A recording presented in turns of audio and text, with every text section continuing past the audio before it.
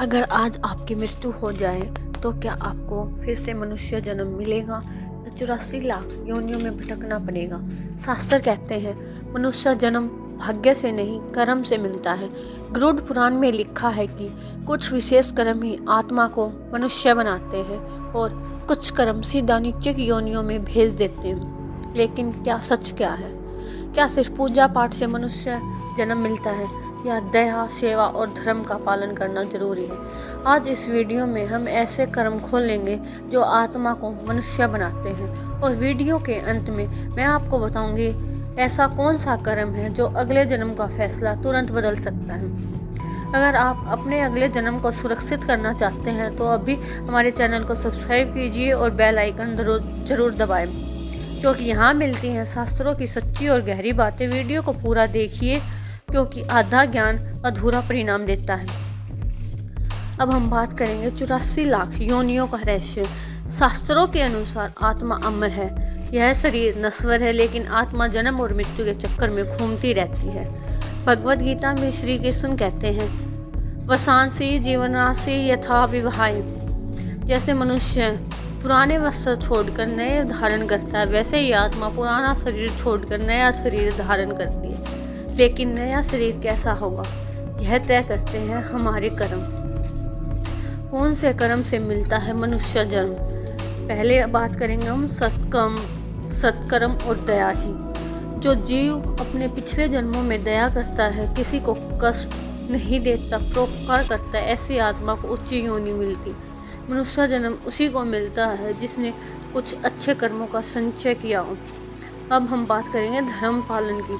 जो सत्य बोलता है, जो अपने माता पिता की सेवा करता है, भाई बहनों का आदर करता है, गुरु का सम्मान करता है, ऐसे कर्म आत्मा को ऊपर उठाते हैं। गरुड़ पुराण में लिखा है, जो जीव धर्म के मार्ग पर चलता है उसे पुनः जन्म मिलता है। अब बात करेंगे भगवान का स्मरण। सबसे महत्वपूर्ण कर्म है भगवान का नाम। जो व्यक्ति पिछले जन्म में ईश्वर का स्मरण करता है, भक्ति करता है, उसे मनुष्य जन्म मिलता ताकि यह मोक्ष की ओर आगे बढ़ सके। किन कर्मों से मनुष्य जन्म नहीं मिलता?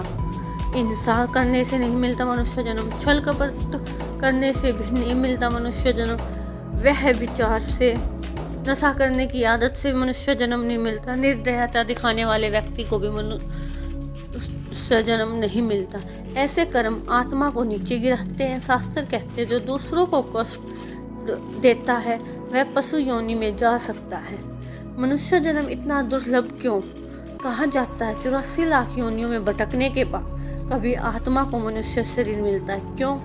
क्योंकि केवल मनुष्य ही धर्म, कर्म और मोक्ष का निर्णय कर सकता है। पशु भूख और भय में जीता है, लेकिन मनुष्य विवेक से जी सकता है। इसलिए यह जन्म सिर्फ जीने के लिए नहीं, जगाने के लिए मिला है। अगर अभी मनुष्य जन्म मिला है तो क्या संकेत है? इसका मतलब है आपने कुछ अच्छे कर्म किए हैं, आपको सुधार का मौका मिला है, भगवान ने आप पर कृपा की है। लेकिन अगर इस जन्म में भी हम सिर्फ भोग विलास में लगे रहे तो अगला जन्म कैसा होगा यह हमारे हाथ में भी नहीं है। इस जन्म को कैसे सफल करें? रोज भगवान का नाम लें, किसी को दुख न दें, माता पिता की सेवा करें, जरूरतमंद लोगों की मदद करें, क्रोध और अहंकार को छोड़ दें। याद रखिए, कर्म का हिसाब बिल्कुल सटीक होता है। अब सोचिए, अगला जन्म मनुष्य ना मिला तो क्या हम फिर से बोल पाएंगे? हाँ, हम फिर से भगवान का नाम ले पाएंगे? इसलिए अभी यही समय है अपने जीवन को बदलने का। दोस्तों, मनुष्य जन्म कोई सामान्य बात नहीं है। यह करोड़ों जन्मों की यात्रा के बाद मिला अवसर है। इसे व्यर्थ मत जाने दीजिए। आज से संकल्प ले, हम ऐसे कर्म करेंगे जिससे हमारा अगला जन्म भी श्रेष्ठ हो या फिर हमें मोक्ष प्राप्त हो।